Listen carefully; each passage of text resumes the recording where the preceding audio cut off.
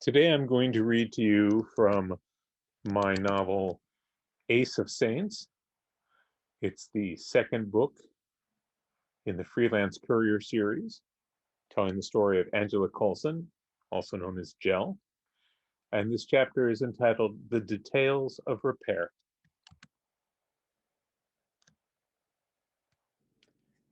Tigley hung suspended, tethered by cables and beams to the skeletal structure of the Colian shipyard.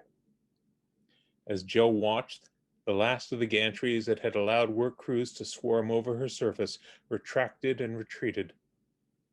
Child-sized bots crawled across her one last time, scrubbing and polishing, leaving her looking, if not quite good as new, then at least as pristine as a vessel her age could ever expect to achieve.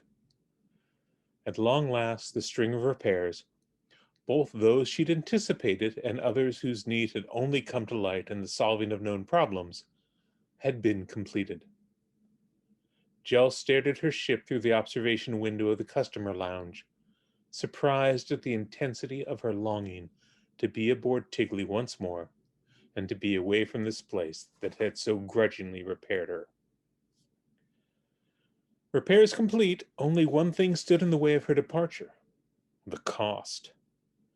In preparation for her taking possession of her ship once more, the foreman who had personally supervised Tigley's overhaul had presented her with an invoice for services rendered, itemized in exacting detail of parts replaced and installed, time spent for work done at varying rates depending on the skill sets of the technicians required to perform each task, and a staggering assortment of other taxes and fees. She doubted it was padded with unnecessary charges. The sheer amount of work that Tigley had needed to bring it back up to code was more than enough. Too much, in fact, given the total costs the foreman had circled in red on the invoice.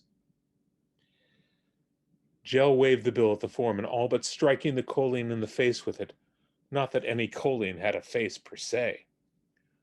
One of the oldest examples of vegetable sapience in the galaxy, he looked like a giant, ambulatory, unshucked and unripened ear of corn with a featureless pink cabbage on top for a head. At a glance, you might think there'd be no common ground with such a being, but commerce worked wonders, as did greed. "This is ridiculous! It's half again the amount you quoted me." The alien took the invoice from Jill's hand, smoothing it with the leaves at the tips of his finger-like stems. His hands rippled bonelessly, supple as new growth, and guided Jill's gaze to the bottom of the page and the notation that any prices quoted were only estimates. "Oh, come on! This is a Colian ship. Your people designed and built it. You know its systems better than anyone. How can you be so far off on your estimate? And you didn't tell me you were running over and that it would cost more. You only said you needed more time." "Time is money," said the Colian with no trace of humor in his voice. Although he wore no clothes, a sticky patch pressed against the waxy green of his torso spelled Johnny in a type designed to look like it had been embroidered. "Your vessel is old.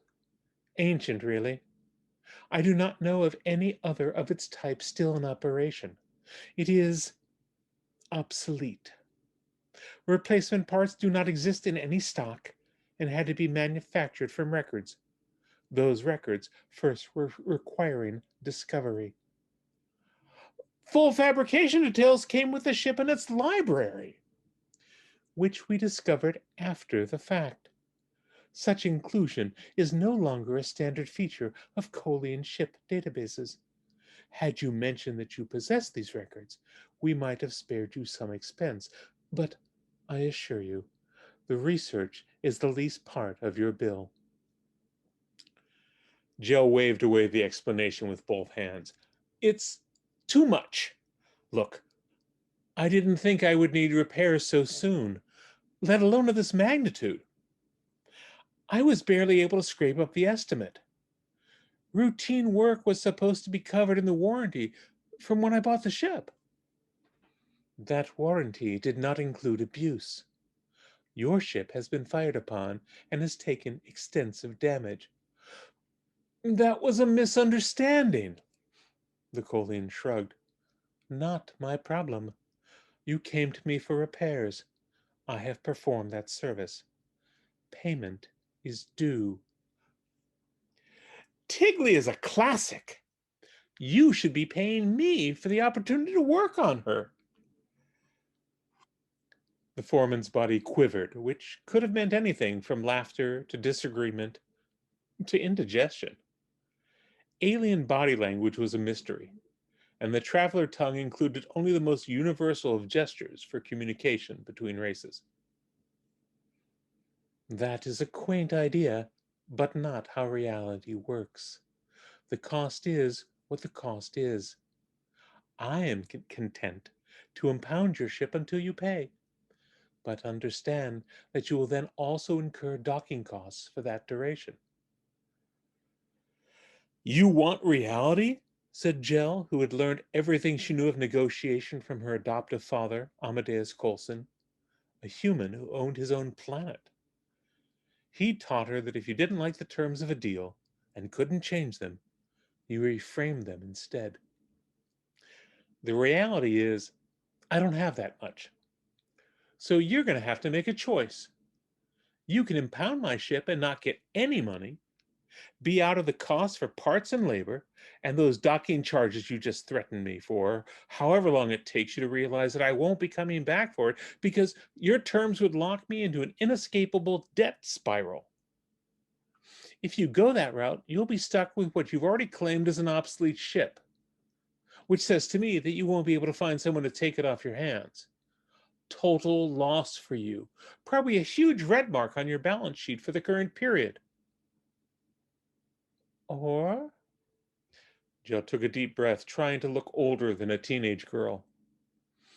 Or, you can take the money I have, give me my ship so I can earn more, and accept my promise that I'll pay you the balance due as soon as I have it. Several delicate branches separated from the foreman's torso, rising up to tap thoughtfully here and there at his sensory stalk. The effect was not dissimilar to seeing someone scratching their head, if the head was pinkish cabbage and the scratching was done by the twigs off of multiple hands. Such an agreement is too open-ended, though with some revision it could be acceptable. What kind of revision? A finite span for repayment. You are correct as regards the impact the failure of payment would have on this quarter.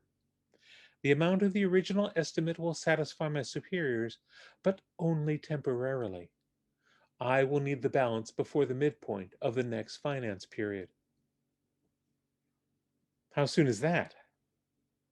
The Colian tapped twigs against a pad. 20 days. Well, that's crazy. I need more time. That is the fullness of the time I can allow. Accept the terms, or we are done, and I will focus my efforts on finding a museum or collector to acquire your relic to cover my costs. What if I miss the deadline?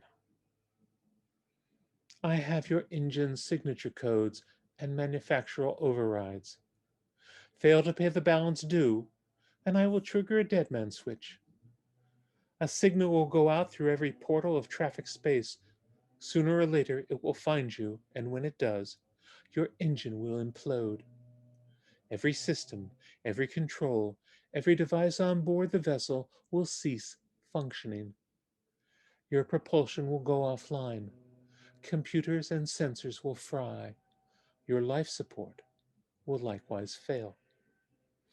That's that's insane. It is what it is, said the Colian, as it smoothed the leaves of his fingers with care. Do we have a deal?